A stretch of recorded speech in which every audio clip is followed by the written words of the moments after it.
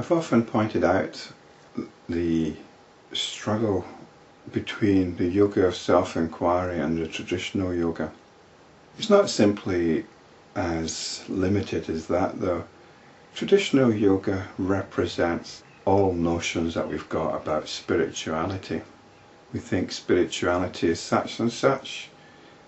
We realise, or we've been told that to be spiritual you've got to be determined, focused, one-pointed.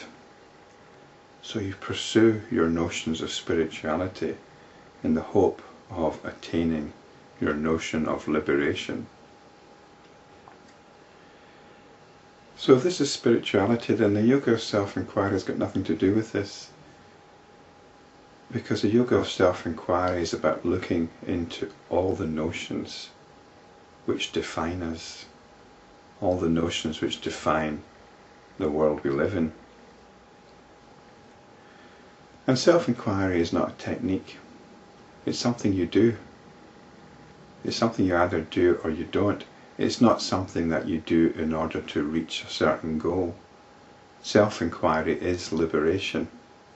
Self-enquiry is realizing the self. And if you haven't found that self, then you're a seeker, and that's okay. You're still looking for it. There's nothing you can do to find it except to look for it. And once you've found it, the world doesn't disappear into a cloud of bliss.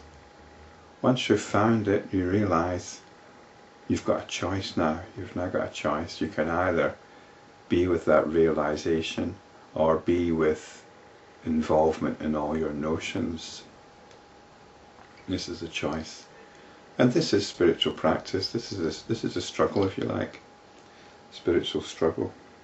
And this is what we've got outlined in the present story in the Yoga Vasishta, the story of King Sikhidhvaja and his wife Chudala. Chudala has taken the form of a Brahmana boy because her husband is so conditioned by his notions that he's not going to listen to the truth from her as a female. And she really puts it on the line here. She really puts it on the line. Her husband has renounced his kingdom, renounced his wife.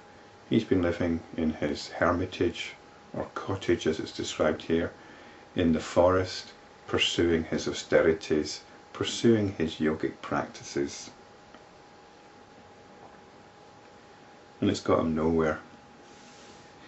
Sikhidhvaja said, "It is truly by the fruition of the good deeds done in many past incarnations that I have obtained your company today and am able to drink the nectar of your wishes. Nothing in the world gives that peace which the company of the Holy Ones bestows on man." The Brahmana, who's Chudala, said, "I have told you my life story. Pray now tell me who you are and what you are doing here. How long have you been here? Tell me everything truthfully, for recluses do not speak anything but the truth." It might seem a little bit peculiar that she's got to give him this admonition. They've been full of praise for each other, and now she wants the truth from him. And she's making sure she gets the truth. Because I suspect the reason for this is that Sikhidhvaja is so much into being the ascetic. He'll have this tremendous story about himself, how he gave up everything and is pursuing reality. And he's got all the accoutrements of the ascetic, the deer skin, his kamandaloo water pot, his stick and so on. But he gives an honest answer. Sikhidhvaja replied, "O son of the gods, you know everything as it is. What else shall I tell you? I dwell in this forest on account of my fear of this samsara, world cycle, or the cycle of birth and death. Though you know all this, I shall briefly relate my story to you. I am King Sikhidhvaja. I have abandoned my kingdom.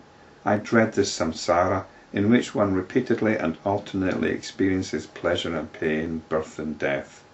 However, though I have wandered everywhere, and though I perform intense austerities, I have not found peace and tranquility. My mind is not at rest. I do not indulge in activities, nor do I seek to gain anything. I am alone here and unattached to anything, yet I am dry and devoid of fulfillment. I have practiced all the kriyas, that's yogic methods, uninterruptedly.